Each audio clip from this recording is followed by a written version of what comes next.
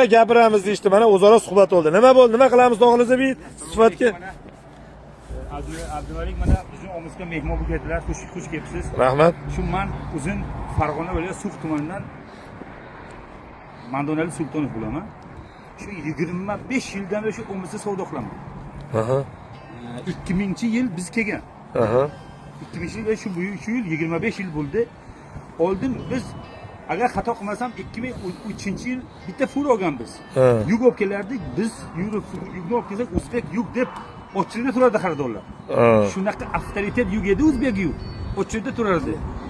Shu Ozarbayjonmi, Qirg'izmi, Tojikistonning yukini Lyubboyni olib borib, tochkalarda o'zbek tovar deb yozib qo'yardi. Shunaqa avtoritet edi. Ozarbayjonni ham, Tojikistonni ham, Qirg'izistonni ham yukni olib bo'lib, o'zbekskiy yablokoyi, o'zbekskiy sliva, o'zbekskiy chereshni, o'zbekskiy abrikos deb yozib qo'yardi.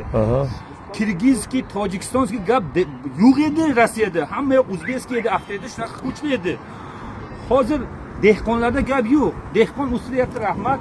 Hamma bizdan shu o'rtadagi odamlar. Yo'q, men aybdor demaylik. Mana bu ismini yo'q. Uzr endi. Yo'qman ularni. Sifatda o'ynash kerak. Sifatda o'ynash kerak.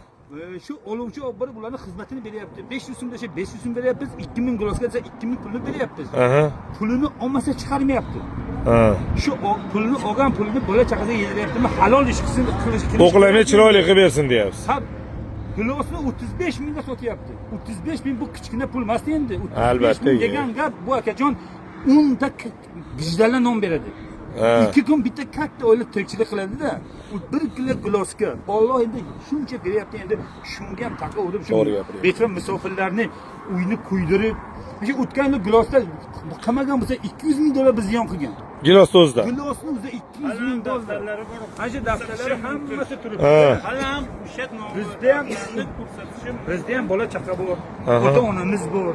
Ana bag'ridan kelib shu bir so'm begona yurtlarda. Begona yurtlarda shu iltimos qilamanki, men shu ag'dagi shu yukchilarga shu vijdon nima qilib ish qilsin. Xizmatini olyapti. Shu prezidentimiz mana rahmat deb shuncha rastamochka oldi 20 ming dollar bo'lgan bo'lsa, hozir rastamochka 1,5 ming dollar. Shunda ham biz ziyon qilyapmiz. Nima degan yuk chato. Yuk tepasini qarasangiz, qo'yasiz kelincha qanaqa chiroyli bo'lsa, shunaqa yukni tepasida chiroyli. Endi shunday qilsangiz, bitta olgan odam qaytarib kela olmaydi. Endi bitta taklifda endi bu. Mashina tergan yaxshimi gilosdaligi yoki Navalimga o'tish kerakmi? Navalmi? Endi ho'l yashiy masalasi jiddiyroq bo'lyapti-yu. Shu ho'l yashiy masalasi, ya mayli yashikdan voz kechmaylik. Yashikka soldat qilib tersa, burun terilardi-yu, masalan 2010